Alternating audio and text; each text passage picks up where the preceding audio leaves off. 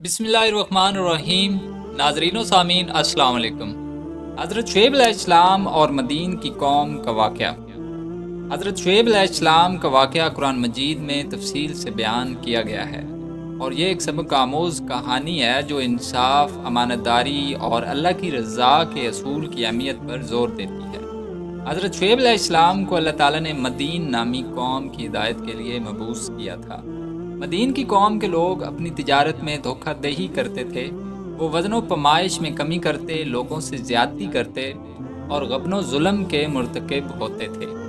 اس کے علاوہ وہ اللہ کی عبادت کی بجائے بتوں کی پوجا کرتے اور اخلاقی برائیوں میں مبتلا تھے۔ حضرت شعیب علیہ السلام نے اپنی قوم کو اللہ کی طرف بلایا اور انہیں ظلم و فساد سے بچنے کی نصیحت کی۔ حضرت شعیب علیہ السلام نے اپنی قوم کو کہا، اے میری قوم، اللہ کی عبادت کرو، تمہارے لیے اس کے سوا کوئی معبود نہیں۔ تمہیں اپنے معاملات میں انصاف کرنا چاہیے اور تمہیں لوگوں کو دھوکہ نہیں دینا چاہیے۔ حضرت شعیب علیہ السلام کی اپنی قوم کو چند نصیحتیں۔ حضرت شعیب علیہ السلام نے اپنی قوم کو کئی باتوں کی نصیحتیں کی۔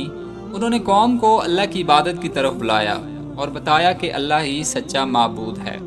حضرت شعیب علیہ السلام نے انہیں اپنی تجارت میں ایمانداری اور انصاف کا سبق دیا اور کہا کہ کم تولنا اور کم پیمائش کرنا اللہ کو پسند نہیں۔ حضرت شعیب علیہ السلام نے اپنے لوگوں کو عہد و پیمان کی پاسداری، دوسروں کے حقوق کا خیال رکھنے اور معاشرتی انصاف پر زور دیا۔ حضرت شعیب علیہ السلام کی یہ نصیحتیں قوم کے لیے نیا پیغام تھیں، لیکن زیادہ تر لوگ ان کی باتوں کو رد کر گئے۔ وہ سمجھتے تھے کہ حضرت شعیب علیہ السلام ان کی تجارت میں رکاوٹ ڈال رہے ہیں اور ان کے مفادات کے خلاف ہیں۔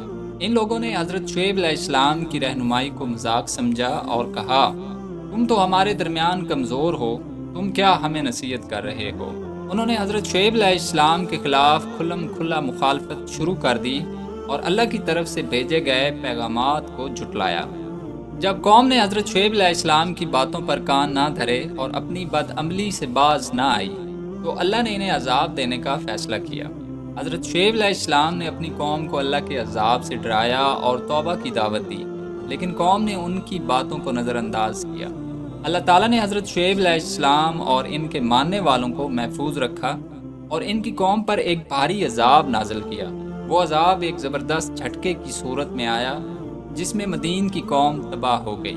اللہ تعالیٰ کا فرمان ہے، تو جب ہماری عذاب کی گھڑی آئی، ہم نے ان لوگوں کو بھاری آندھی کی شکل میں عذاب دیا جس نے ہر چیز کو الٹ پلٹ کر رکھ دیا۔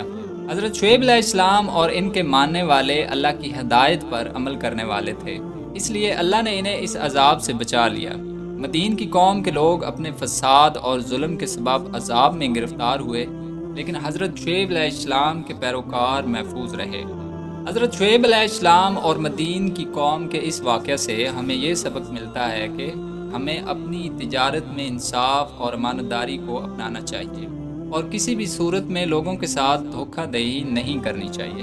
حضرت شعیب علیہ السلام نے اپنی قوم کو اللہ کی رضا اور ہدایت کی طرف بلایا۔